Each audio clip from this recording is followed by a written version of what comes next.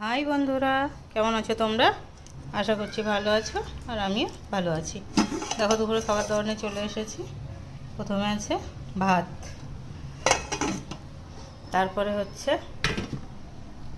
মাছের ডিমের বড়া ভাজা, বেসন দিয়ে আর পেঁয়াজ রসুন দিয়ে কালো জিরা দিয়ে ভেজেছি, ঠিক আছে। আর তার সঙ্গে দেখেছো শুকনো লঙ্কা।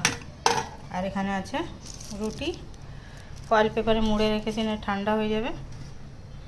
তারপরে এখানে আছে ছোটো মাছের চচ্চড়ি, শুধু পেঁয়াজ দিয়ে আর কাঁচা লঙ্কা শুকনো লঙ্কা ফোড়ন দিয়ে, ঠিক আছে এটা।